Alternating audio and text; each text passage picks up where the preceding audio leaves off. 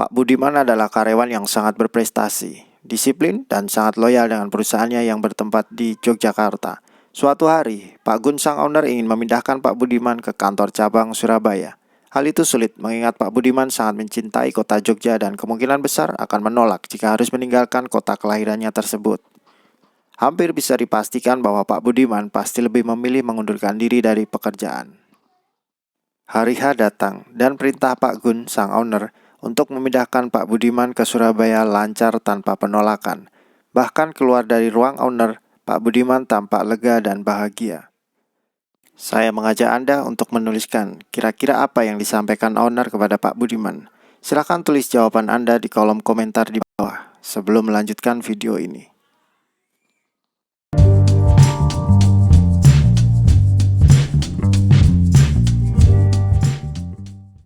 Apakah kalian pernah mendengar percakapan seperti ini? Silahkan Kak, diambil sofa set terbaru kami. Maaf Mbak, belum. Oh, atau karpet bulunya Kak, model terbaru juga. Harganya terjangkau karena masih promo. Iya deh, boleh karpetnya aja. Yang lain misalnya, mau ambil kurma atswanya Kak? 1 kilogram 500.000 untuk persiapan bulan puasa. Maaf Mbak, enggak dulu. Atau mau ambil yang kurma palm fruit Kak, hanya 300.000 per kilonya. Oh iya deh, boleh yang itu. Pasti kalian sering mendengar bahkan mungkin mengalaminya sendiri. Ketika penjual menawarkan sesuatu yang mahal kita tolak, mereka menawarkan produk lain dengan harga yang di bawahnya. Teknik ini bernama Door in the Face atau DITF, sebuah teknik psikologi sosial di mana kita membuat orang lain sepakat atau menyetujui permintaan atau tawaran dengan dua langkah, yaitu menawarkan atau meminta permintaan yang besar diikuti dengan permintaan yang lebih kecil atau masuk akal, sehingga akan disetujui lawan bicara, dalam hal ini calon pembeli. Jika di awal tadi saya meminta teman-teman untuk menuliskan di kolom komentar kira-kira apa yang diucapkan Pak Gun selaku owner kepada Pak Budiman, seorang karyawan yang akan dipindah ke Surabaya. Jawabannya adalah Pak Gun mengawali permintaan kepada Pak Budiman untuk pindah ke kantor cabang yang ada di Papua. Setelah ditolak, Pak Gun menawarkan permintaan kedua, yaitu pindah ke cabang Surabaya dan disetujui oleh Pak Budiman dengan senang hati. Ya, Pak Gun menggunakan teknik door in the face dalam proses pemutasian tersebut. Contoh yang mungkin lebih sering kita jumpai apalagi menjelang lebaran. Di mall, supermarket, atau tempat-tempat penjualan lain adalah banyaknya poster atau papan harga di mana tertulis diskon 25%, 50%, dan seterusnya, atau potongan harga dari puluhan ribu sampai jutaan. Apakah mereka benar-benar melakukan tindakan yang membuat mereka rugi? Tentu tidak. Ada yang mengurangi jumlah keuntungan, tapi ada juga yang sengaja menaikkan harga tertulis yang kemudian memberikan gimmick diskon, harga coret, cuci gudang, dan lain-lain. Itulah kenapa baju di mall akan tetap terasa mahal, meskipun diskonnya sampai 75%. Bentuk DITF-nya dari strategi itu adalah memberikan harga yang mahal, bahkan tidak masuk akal, lalu dalam kesempatan yang sama ada penawaran harga yang lebih murah, yaitu setelah harga awalnya dicoret atau didiskon. Rumus menggunakan teknik ini adalah tentukan dulu penawaran yang kita inginkan disetujui calon pembeli. Lalu buatlah harga di ITF-nya yang lebih mahal, kemudian memakai strategi diskon, harga coret, dan lain-lain. Atau bisa juga dengan mengajukan produk lain yang harganya lebih mahal di awal, baru kemudian tawarkan produk dengan harga di bawahnya yang berpotensi disetujui atau dibeli. Bagaimanakah sistem ini bekerja? Yaitu penolakan terhadap penawaran atau permintaan di awal. Bahkan jika itu tidak masuk akal, misalnya harga terlalu mahal dan lain-lain, tetap akan membuat seseorang mengalami rasa bersalah. Rasa bersalah itu akan berkurang ketika dia menerima penawaran atau permintaan yang kedua. Teknik yang kedua di video kali ini adalah foot in the door atau FITD. Ini adalah kebalikan dari door in the face di mana penawaran atau permintaan di awal lebih kecil, murah atau mudah daripada permintaan atau penawaran kedua. Pertanyaannya, jika penawaran pertama saja ditolak, bagaimana mau menawarkan penawaran kedua? Jawabannya adalah buat permintaan di awal, sesuatu yang ringan atau murah, bahkan gratis, yang jika kita tawarkan ke orang lain akan sangat kecil kemungkinan untuk ditolak.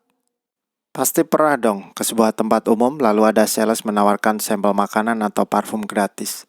Memberikan brosur, meminta waktu 1-2 menit untuk bertanya atau sekedar penawaran atau permintaan kecil yang jika Anda penuhi tidak akan membuang waktu dan merugikan Anda.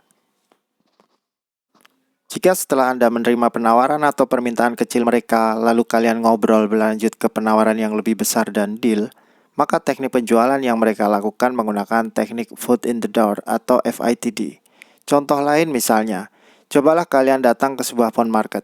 Di sana berjajar banyak counter atau penjual HP dan lihat apa yang mereka katakan. Mari Kak, dilihat dulu, ya kan? Kurang lebih seperti itu. Permintaan melihat dulu mungkin tidak memberatkan Anda.